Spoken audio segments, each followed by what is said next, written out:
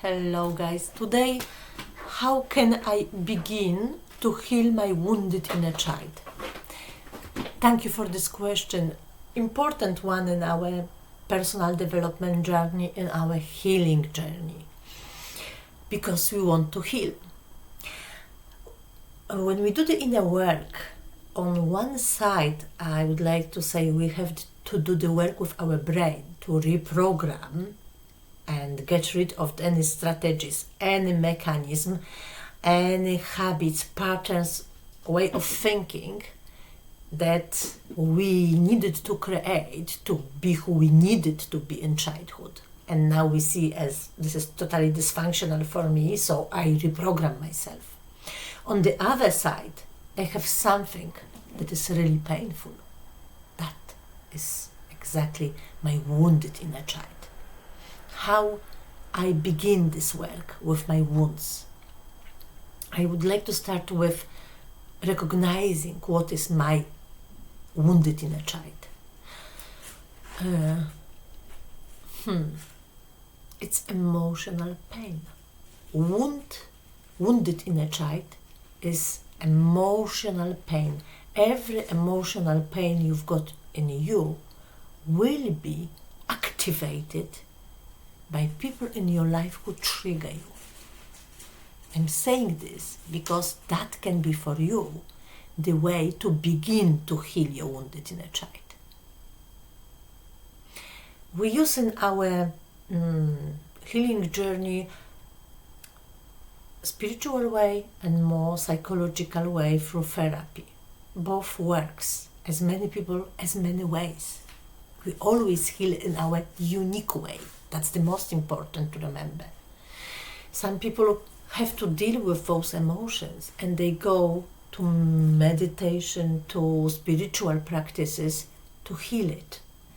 Others go to therapy and work with body like I needed literally to do it, to just shake from me, to shout my pain, just release this pain from me.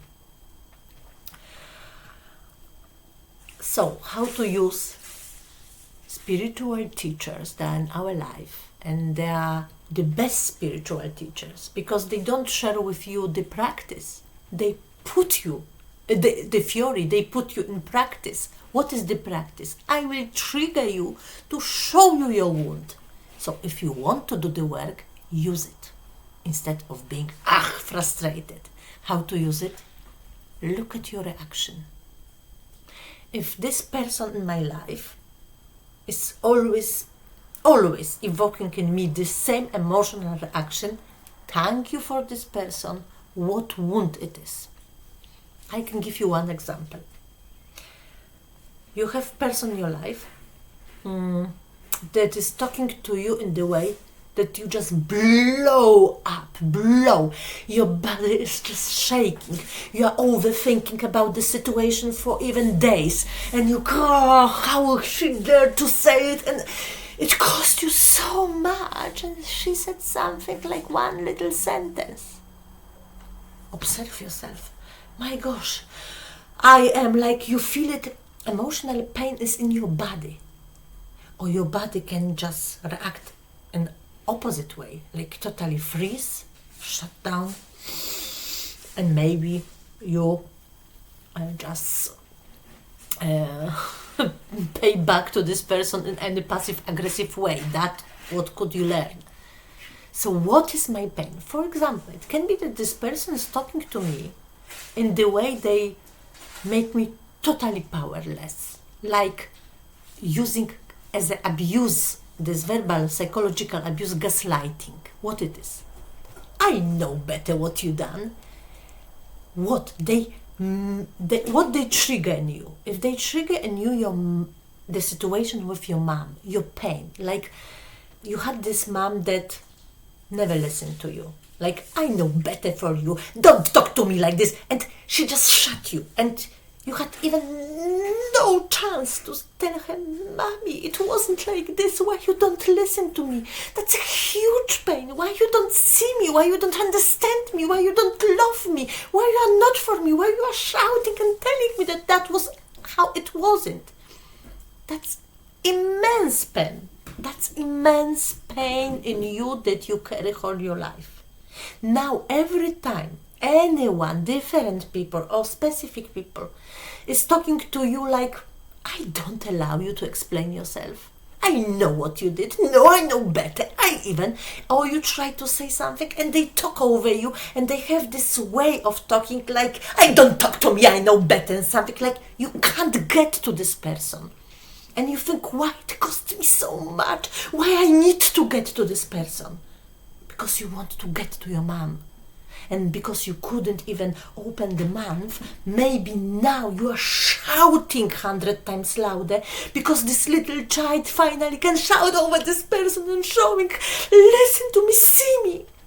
So this is for your subconscious exactly this mind game, this game between you and your mom, this figuring out, this get to me, love me, see me, something what we do.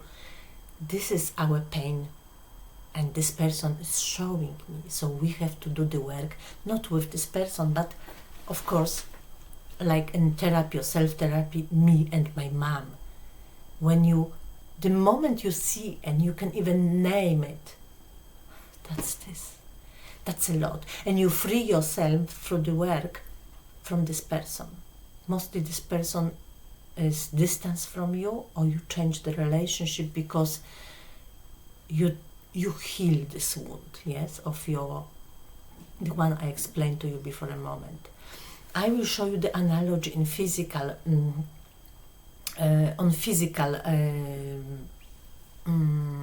problem. When you cut yourself here with knife, of course that's painful, and now, for example, this toxic husband takes a handful of salt and throws. So, that's exactly your reaction. Like, you see, it's loud. I don't want to scream here, but you can just, and your body, like gesture, everything is like pain. Now it's healed. Not totally, but almost, but it's still. So the person do the same, throws the sword, and your reactions, you see, it's totally different. When the wound is smaller, it's nothing like this. It's now and finally it's healed. The person doesn't know, so takes the sword and pours. What you do when you do not have a wound? You do, sorry, are you okay? They can't get your reaction. I can't scream, I can't shout, I can't just, jump. Because I do not feel the pain. Even more. Now I am here. Calm, grounded. I do not react with pain. So what I see? Are you okay? Now I can point on you. Why you are doing this? You see, you can express this healthy anger, like, excuse me, why are you doing this? Like, it's okay, you okay? It's nothing about you now. And when you have, for example, a narcissist who needs your emotional reaction, like I explained in one video, show me how the problem is you, how, crazy, you're shouting. You are not. And you think, you okay? It's shocking for him. What happened? Where is the reaction? Give me this, One of the reasons they are with their partners is to give me reaction. No one will get your reaction because you have no wound. So use people who are and trigger you to heal this wound. I did it.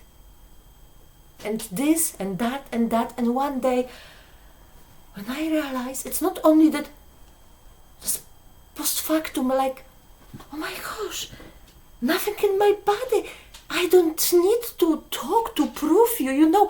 Everything what we talk, like in psychology, like I use the theory to explain you, the situation was exactly what happened to me. Like, nothing, this person couldn't trigger me. Amazing freedom freedom. It's not only when we do the work with us, is this happiness, creating my life, doing things I love, be me, but it's freedom from all this, mind game around you. You are free from this. That's the best what you can give to yourself. Therefore, when I say some people go to healing through a more spiritual way, or this one more therapeutic, psychological, they go in one direction. Exactly, be here and now, like spiritual teachers. You can't get my reaction. Like Buddha is saying, you can't insult me when I don't allow you to insult me. It exactly happens to you when you heal. So this, what I want to give you, like understanding yourself, it's nothing, I can't get to this. No, it's very simple. It's the work, that requires from you, like the dedication, consistency. First of all, I want to do it. So when now someone triggers me, I do the work by myself, or I go to the therapist or coach or counselor, anyone who can help me. But I experiment on myself with the knowledge, psychological knowledge, with spirituality who talks about the same, using similar, different, even the same language. It takes me exactly in this freedom from my mind. Like, I'm here now, just it happened when you are not in your mind, in your wounded child. So when you don't have overthinking, when you don't react emotionally because you do not have wounds, you are here and now. You are this happy grown-up. When you learn how to love yourself. Loving yourself is, of course, by self-talk. Even saying, yes, praising yourself, saying I love myself and feeling it. But it's more, this reprogramming, this self-love is through action.